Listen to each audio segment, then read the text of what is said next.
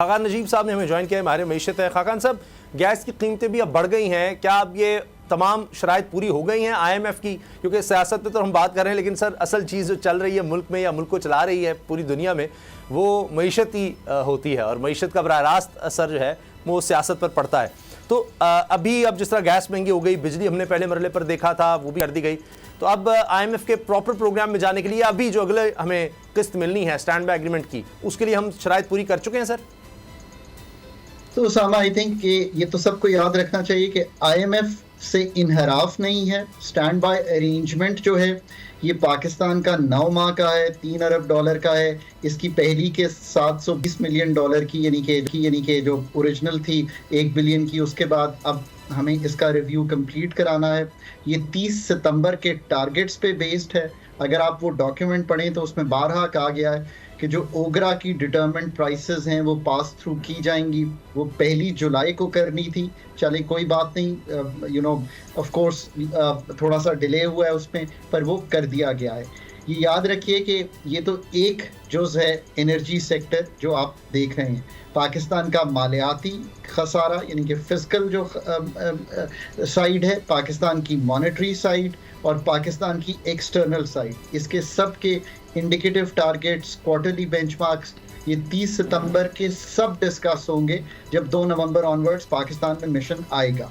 पर उसामा, मिशन का टाइमली आ जाना ही इस चीज़ को इंडिकेट कर रहा है कि जो कंफर्ट लेवल है वो इनिशियली इतना बुरा नहीं है और लार्जली जो टारगेट्स हैं वो मीट हो रहे हैं। पर हैविंग सेड दैट, याद रखिए कि रिस्क्स पाकिस्तान के अभी भी ऑन दी अपसाइड हैं। रिजर्व्स $7.5 अरब से नीचे हैं, डिस्पाइट इसके कि हम फंड के प्रोग्राम में हैं। एक्सटर्नल का चैलेंज अभी भी है। जब मैं फिजिकल के भी नंबर्स में डिटेल में जाता हूँ सामा, तो मुझे दिखाई देता है कि कुछ नंबर्स अभी भी मुझे अनकंफर्टेबल कर देते हैं, और वो नंबर्स बखूबी फंड की टीम समझ जाएगी बड़ी क्विकली और आपसे आने वाले दिनों में एडजस्टमेंट्स मांगेगी। सो ये भी उम्मीद रखिए कि पाकिस्तान कर लेगा ये काम, बट आने वाले दिनों की एडजस्टमेंट्स करनी पड़ेंगी। इवन 9400 अरब का जो टारगेट FBR का है वो अब अपहिल इसलिए दिखाई दे रहा है कि दो आपकी परफॉर्मेंस अच्छी है पहले क्वार्टर की, पर अब आपको 33% ग्रोथ चाहिए अगले 9 माह की। That's going to be tough, it's not going to be easy.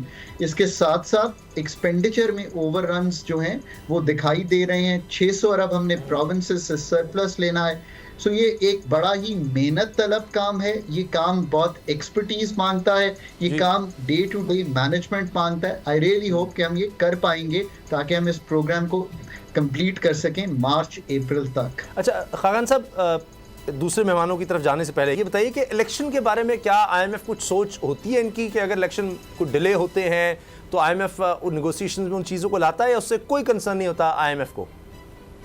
देखिए, इस वक्त बड़ा क्लियर ये बात है कि जो इस वक्त का 9 माह का अरेंजमेंट था, ये IMF ने, दे डोंट टेल यू कि इलेक्शंस कब होने हैं, पर आपने ही चूंकि एक उनके सामने ये चीज़ रखी कि elections are likely to be held within these 9 months some time, और एक ट्रांसफ़र ऑफ पावर हो जाएगा।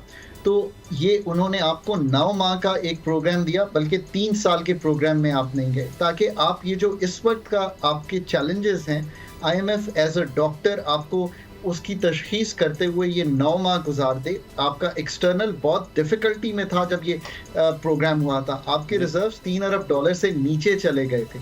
सो एक उम्मीद ये है कि जो आने वाला साल है, जो FY24 आएगा, उसके लिए पाकिस्तान का एक नया प्रोग्राम, एक्सटेंडेड फंड फैसिलिटी, अभी आप एक स्टैंड बाय अरेंजमेंट में है, जो 3 साल प्रोग्राम मुहित होगा, उसकी बातचीत होगी, और वो फिर एक लॉन्ग टर्म गवर्नमेंट जो कि 3 साल मौजूद होगी, एक इलेक्शन साइकिल में होगी, तो वो उसको लेके चलेगी। सो इस तरह से तो वो ज़रूर देखेंगे कि मार्च से फिर ट्रांजिशन कैसे करना है, और हमें बहुत ही केयरफुली ट्रेड करना है।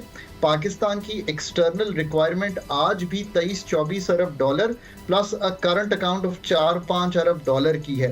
हमारे इस चीज़ को कंफर्टेबली हमें लेकर चलना है कि कहीं भी हमारी कोई डिस्टॉर्शन ना आए। सब्सक्राइब करें और बेल दबाएं ताकि कोई खबर रह न जाए।